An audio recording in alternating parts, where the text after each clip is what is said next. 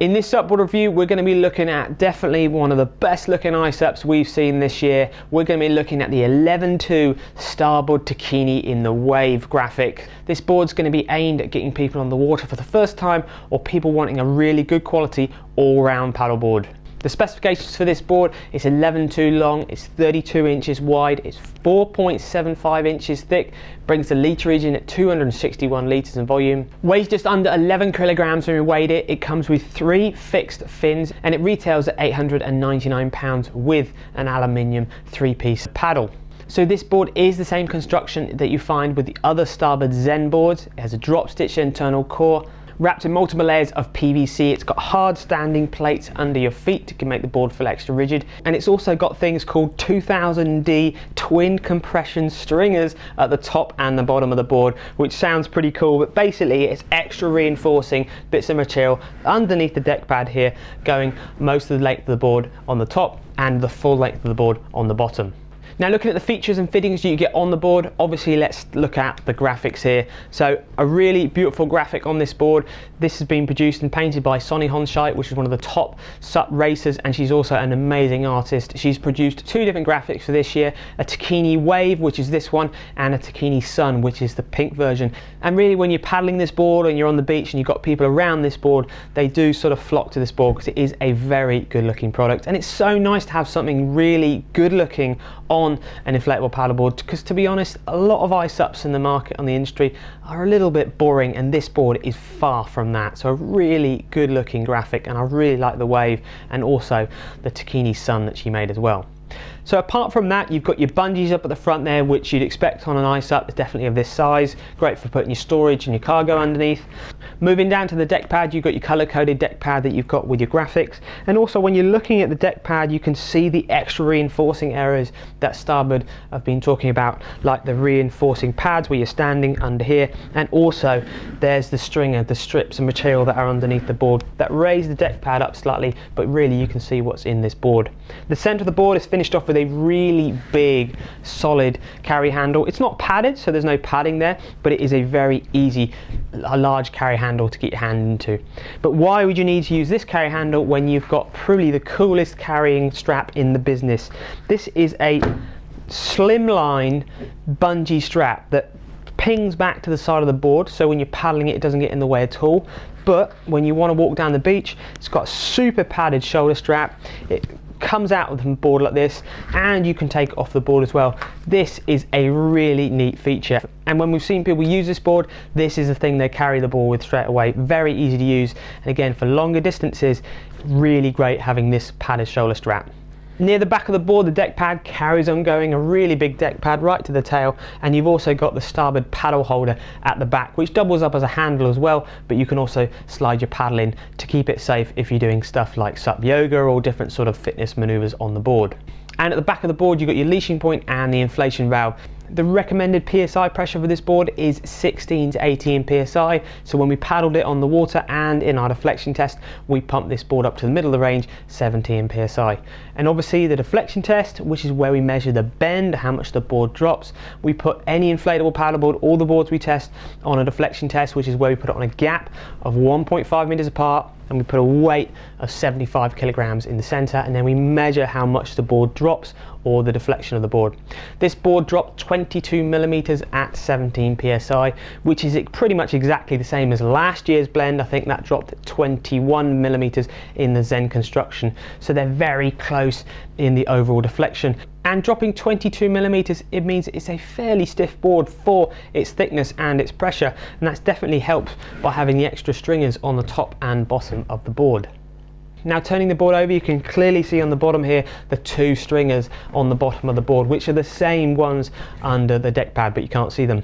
Now, obviously, to make the board stiffer, you want to put more materials on a board, but the more materials you put on the board, so we could put this sort of material right over the whole length of the board, it would bring the weight up on the board quite a lot, and obviously you weigh more, and then it wouldn't be so fast to paddle. So you're always having a compromise between materials put onto the board to the overall weight. And we think it's a pretty good compromise between weight and stiffness. The bottom shape of the board, you've got your rocker up at the nose there, which helps the chop and all the bumps come underneath the board. Then from the mid section back, the board's completely flat, which offers you more speed and straight line tracking, and really what you want for all-round paddling. Finishing up the back of the board, you've got a 3-fin sort of thruster setup in a fixed fin. So these are the indestructible fins. Having this fin set up on the board is great for the durability aspect, and actually you not having to worry about who uses the board and if the board gets dragged up the beach. So the Starboard Tikhine Wave has everything. Great looking graphics, really nice deck pad, big carry handle, great shoulder strap that folds away nicely and doesn't get in the way when you're paddling it, and it's a fairly good price. But it's not 10.6 by 32, it's 11.2 by 32. And what that means, it's even easier to paddle than a 10.6 would be. So you know we keep going on saying 10.6 by 32 is the dream size. It is a very good size of SUP, don't get us wrong, and it's a great size to get into. But an 11.2 might be even better because it gives you that extra glide, more forward tracking, easier paddling. The longer the board, the slightly easier it is to go in a straight line. So if you are that person looking for that more all-round cruising based SUP, having an 11.2 would be better than having a 10.6.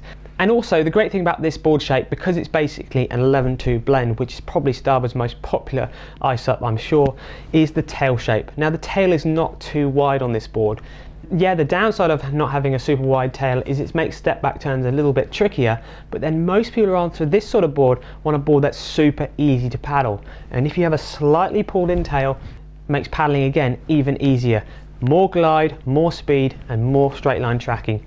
So who do we think will suit the Tikhine 11.2? Well, definitely it's going to be pushing towards more of the ladies than the guys because it's not that manly, is it? But you know what I'm going to say? I'm going to say I actually quite like it, and I do. I really like it. And actually having the shoulder strap, easy carrying, is a fantastic idea. I'd like to see that on all of the boards, to be honest, on the blends as well. So that is a really good move. Yeah, the graphics, maybe it's a little bit girly, these sort of colours here, but weight wise probably 60 kilos. If you're sub 60 you could look at the 10.2 by 31 for sure. A bit less board there for you to use and move around. Up to the max size, Starboard recommend 100 kg, probably say more like 95, probably because if you're up there with the slightly heavier side of that weight scale, you might want a thicker board to give you a bit more stiffness. So let's have a look at the bag and the pump. The pump is Starboard's double action pump that they've produced for the last couple of years. So it pumps on the upstroke and on the downstroke, and then when the pumping gets hard you can pull the lever over and just put the pressure in on the downstroke. Great pump, all logoed up with their Starboard graphics on it. Built-in pressure gauge again with the Starboard graphics on it, and it's a nice and easy pump to do. It's not the fastest of pump for getting this size board with the air in it, but it pumps the board up absolutely easy, and you are going to be able to get 18 psi in it, no problem at all. So the bag it comes with is a sort of stripped back deluxe bag that you find on other Starboard boards. So what I mean by that is it's sustain recycled material, really nice ripstop material. It's got the big zips right round, it's got the clip down points, gets your extra carry points, it's got the wheels and the handles, but it hasn't got the center backpack that you find on the other boards. The good thing about that is it does bring the weight of the bag down quite a lot, and if you're using it in an airport and you're just using the wheel system, you don't really need the backpack, do you, anyway?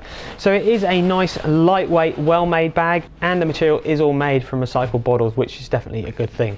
And you do also get a free leash as well, a super lightweight leash, which is perfect for just general paddling, and maybe if you're going out to do a yoga session or you're just paddling down the river, nothing full on, no surfing. It's a very lightweight leash, but it's there, it will keep you attached to your board, keep you safe, and I really like these leashes. And actually for racing and stuff like that, these leashes are great because they just don't weigh anything, so it's nice to have it in as part of the package. So to finish off with pros and cons and value for money, well, pros is it's definitely the best looking iSUP that we've reviewed and seen so far, and I'm sure you guys would all agree.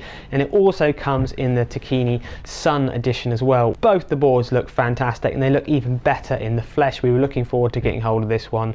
You can easily see the difference between a cheaper price point board and a top end brand board like this, and at £899 I think it's very good value to get a board like this from a top end brand like Starboard, and just looks fantastic. So it's a really good price point board if we bring value for money in there at the same time. And looking at cons, well, you know we like to come up with cons on every board if possible, for two reasons. This is always so you as a buyer understand what's the negatives of the board and you want to know if you want to buy it or not, and so the brand can then learn and make it better for next year. But to be totally honest, this board from Starboard, I have no niggles or cons at all. It's a really great looking product with some great features like this shoulder strap, and it's a very competitive, good price point from the biggest SUP brand in the world. So if you've got any cons on this board, let us know, because at the moment we have nothing on this. So I hope you found that SUPboard review interesting and informative, and I hope we managed to portray the best looking iSUP out there on video for you, because it really is stunning. But until next time, we'll see you on SUPboarder Mag or on YouTube. Thanks a lot.